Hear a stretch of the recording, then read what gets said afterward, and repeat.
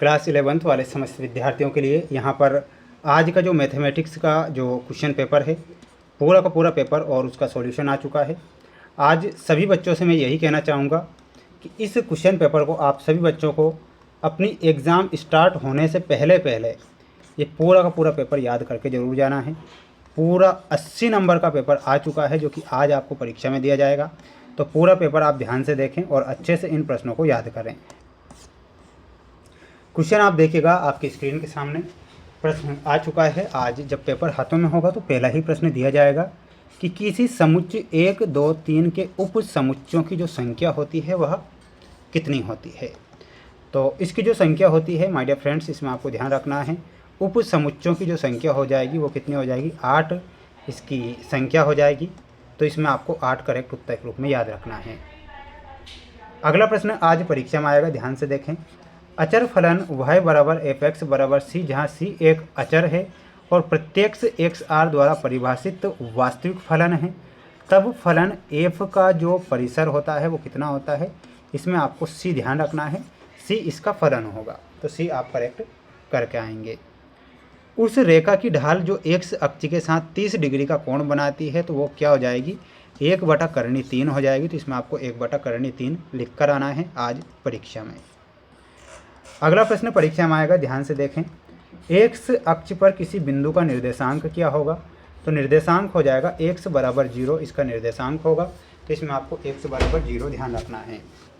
जितने विद्यार्थी वीडियो को देख रहे हैं माय डियर फ्रेंड्स, वीडियो को लाइक कर चैनल को सब्सक्राइब जरूर करके रखें, क्योंकि आज जो पेपर बता रहा हूँ ये परीक्षा में आएगा और बिल्कुल 100% छपेगा।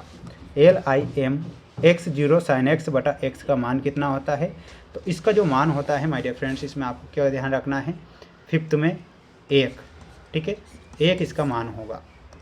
अगला देखिएगा, अगला प्रश्न आएगा, a प्लस बी n-1 के प्रसार में पदों की कुल जो संख्या होती है कितनी होती है।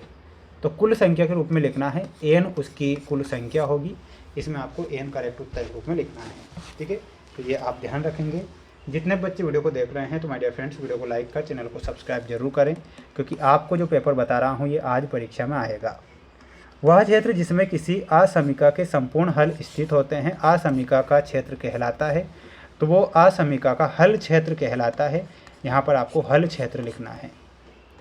अनुक्रम n बराबर n+2 का जो तीसरा पद होता है, तीसरा पद 15 इसका तीसरा पद होगा। x अक्ष और y अक्ष दोनों एक साथ मिलकर एक तल बनाते हैं, उस तल को क्या कहते हैं। तो उस तल को कार्तीय तल नाम दिया गया है। तो यहाँ पर आपको लिखना है कार्तीय तल उसे कहते हैं। यदि a और b परस्पर अपवर्जी घटनाएं हैं तब p a या b बराबर क्या हो जाएगा। तो बराबर में आपको लिखना है प्यारे विद्यार्थियों, वो क्या हो जाएगा, लिखना है p bracket a plus p bracket b। ये आपको यहाँ पर करेक्ट आंसर के रूप में लिखना है। स्क्रीनशॉट तुरंत ले लो, याद कर लो, रट लो, क्योंकि 1 बजे से पहले पहले याद करना है। माध्य से विचलनों के वर्गों का जो माध्य होता है वो क्या कहलाता है। तो वो प्रसरण कहलाता है। तो इसमें आपको लिखना है प्रसरण। यहाँ पर यदि NC8 बराबर NC8 हो तब n बराबर क्या हो जाएगा। तो n बराबर हो जाएगा 17। तो यहाँ पर आपको 17 ध्यान रखना है। बढ़ेंगे अगले क्वेश्चन की ओर। सत्यासत्य में आज परीक्षा में प्रश्न आएंगे, ध्यान से याद करो। यहाँ पर दिया गया है i की पावर 18 का जो मान होता है 1 होता है। ये गलत हो जाएगा।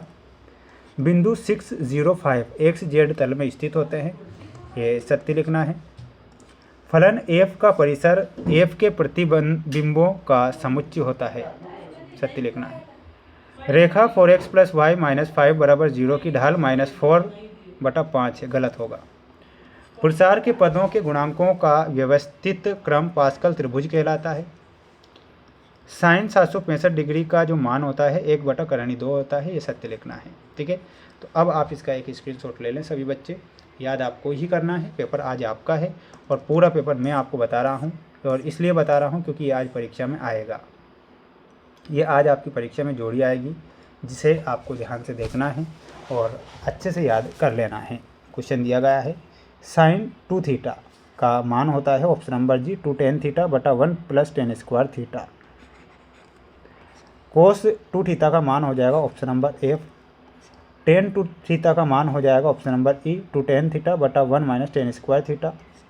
डी बटा डी एक्स साइन एक्स में आपका सही आंसर क्या हो जाएगा, फोर्थ में option number B cos x.